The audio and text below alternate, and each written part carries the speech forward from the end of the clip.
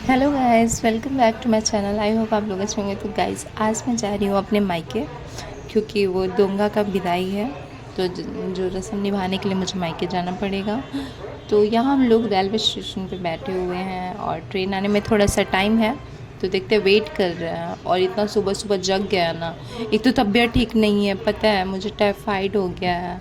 तो फिर यहाँ पे कैसे कैसे करके फाइनली इतना भीड़ के बाद भी सीट मिल गई। और ये सीट मुझे ही पता है कितनी चालाकी से मिली है मेरे को। तो फिर हम लोग यहाँ पे आ गए अपने गांव वाले स्टेशन पे। तो फिर यहाँ पे उतरे थे और भाई गाड़ी लेके आ रहा था।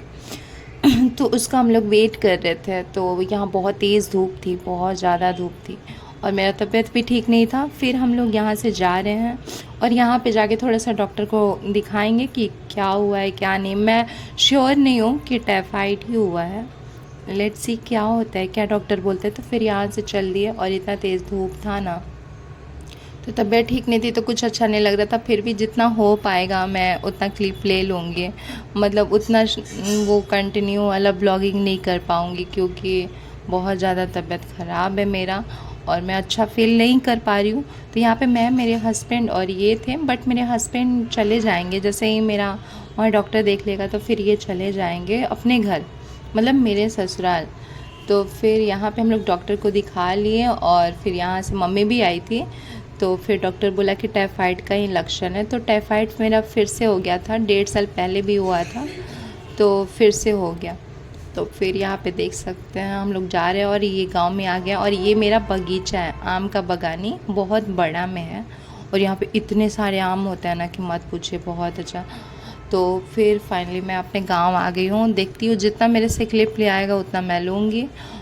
तो फिर मैं घर तक पहुंच गई और घर पे पहुंचने के बाद भी फिर मैं खाना वाना खाई और रेस्ट की। मैं सो गई थी। फिर शाम को जगी तो देखी कि इन लोग लड्डू बना रहे हैं। मतलब वो जाता है ना खाजा खजली, ये सब टिकरी विकरी गाजा, तो इसमें लड्डू मम्मी लोग, बड़ी माँ, ये सब मिल के बना रही थी।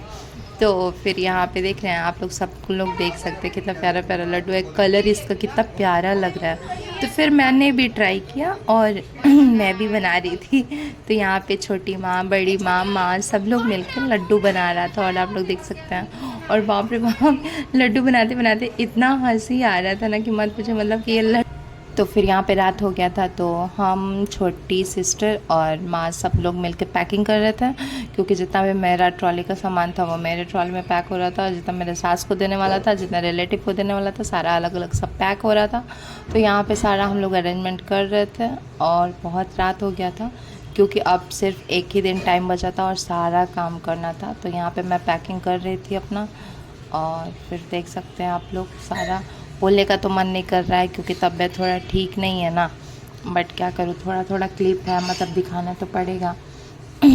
तो फिर यहाँ से फिर मैं पूरा थक गई थी। तो फिर मैं अपनी छोटी वाले सिस्टर को बुलाई कि आ तू ही सब कर। फिर मैं हट गई थी और फिर मैं रेस्ट करने चली गई थी।